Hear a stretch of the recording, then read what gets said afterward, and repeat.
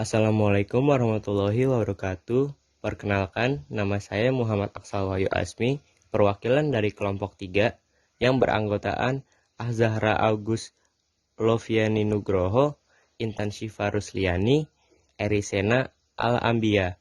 Di sini saya akan menjelaskan tentang Al-Quran sebagai pedoman hidup manusia di dunia. Manusia merupakan hamba Allah, maka sudah sewajarnya manusia mendapatkan petunjuk langsung darinya dalam menjalankan kehidupan ini. Untuk itu, Allah telah menurunkan Al-Quran sebagai pedoman dan pembimbing manusia mencapai keberhasilan di dunia dan di akhirat. Dalam surat Al-Baqarah ayat 2, Allah menegaskan, kitab Al-Quran ini tidak ada keraguan padanya, petunjuk bagi mereka yang bertakwa, jadi tidaklah masuk akal apabila manusia tidak berpedoman kepada Al-Quran. Sebab hanya Allah yang mengetahui segalanya tentang manusia dan bumi yang diciptanya. Penegasan Allah bahwa Al-Quran merupakan sesuatu yang mutlak sebagai petunjuk bagi orang-orang yang bertakwa. Al-Quran juga disebut sebagai Al-Furqan atau pemisah antara yang benar dan yang salah. Al-Quran membimbing manusia pada jalan hidup yang lebih baik dan berkualitas. Manusia perlu senantiasa menyadari bahwa kehidupan di dunia hanyalah sementara. Akhiratlah yang menjadi tujuan akhir. Kehidupan sejati ada di sana. Untuk mencapai kebahagiaan di akhirat, Allah sudah menunjukkan jalan melalui Al-Quran. Dunia dan akhirat ciptaan Allah. Allah Maha mengetahui semua hal yang terkait dengan dunia dan akhirat.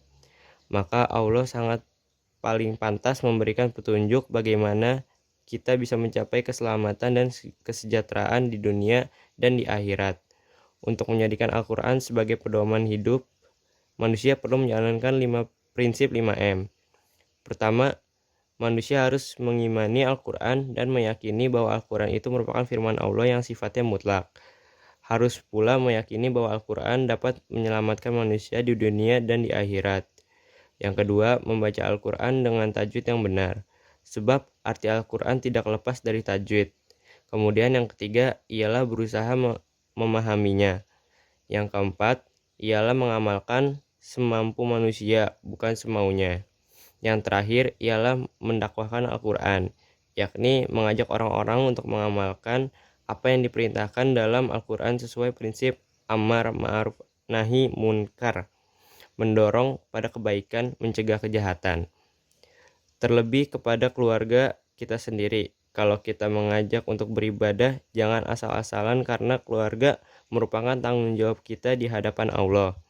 Tanggung jawab orang tua pada anak bukan cuma memenuhi kebutuhan pakaian, makanan, dan minuman, melainkan juga mengajak untuk beribadah kepada Allah Subhanahu wa Ta'ala. Keistimewaan Al-Quran sebagai kitab suci umat Islam. Yang pertama, sebagai petunjuk dan rahmat bagi orang-orang yang berfirman dan bertakwa. Yang kedua, sebagai informasi kepada setiap umat bahwa Nabi dan Rasul terdahulu mempunyai syariat atau aturan dan caranya masing-masing dalam menyembah Allah Subhanahu wa Ta'ala. Yang ketiga, Al-Quran sebagai kitab suci terakhir dan terjamin keasliannya. Yang keempat, membaca dan mempelajari isi Al-Quran merupakan ibadah. Bagi orang yang beriman kepada kitab-kitab Allah Subhanahu wa Ta'ala, khususnya Al-Quran, maka ia akan tergerak untuk melakukan perilaku berikut ini.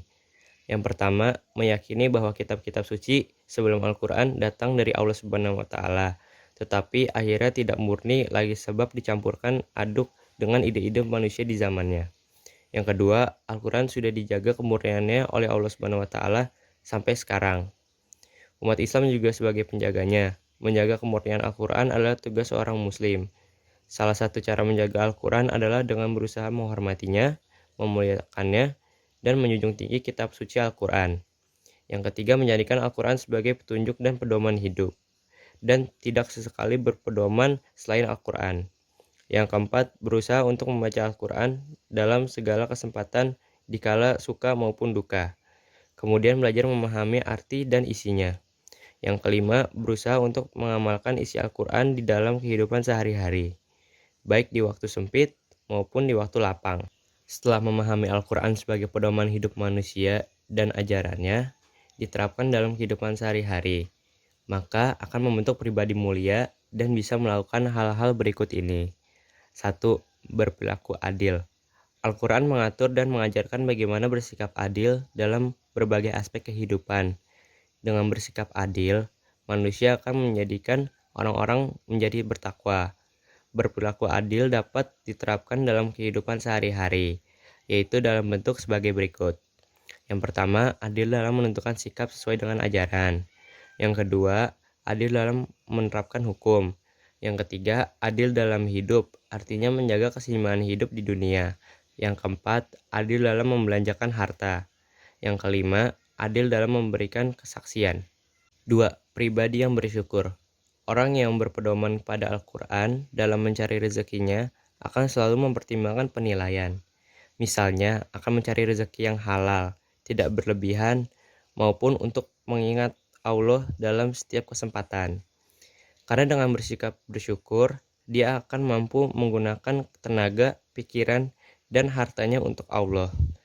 Misalnya, akan selalu taat beribadah, mengeluarkan zakat, infak, dan sedekah, dan membantu orang yang membutuhkan, dan lain-lain. Yang ketiga, menjadi pribadi yang takwa. Dengan berpegang teguh kepada Al-Quran dan hadis, ia akan selalu berhati-hati dalam berbuat perilaku. Oleh karena itu, orang yang akan selalu lebih introspeksi diri dan lebih meningkatkan kualitas keimanan, keilmuan, dan ibadahnya. Misalnya dengan banyaknya mencari ilmu, berdiskusi, belajar yang baik, menggunakan ibadah dengan tepat waktu, banyak melakukan ibadah sunnah seperti puasa Senin Kamis, sholawat sunnah rawatib, berakhlakul karimah, berbakti kepada orang tua, hormat kepada guru, dan lain-lain. Melalui upaya inilah kiranya pribadi yang menjadi takwa dan akan tercapai dalam setiap waktu dan akan mendapat kemuliaan dari Allah Subhanahu wa Ta'ala. Sekian dari saya. Wassalamualaikum warahmatullahi wabarakatuh.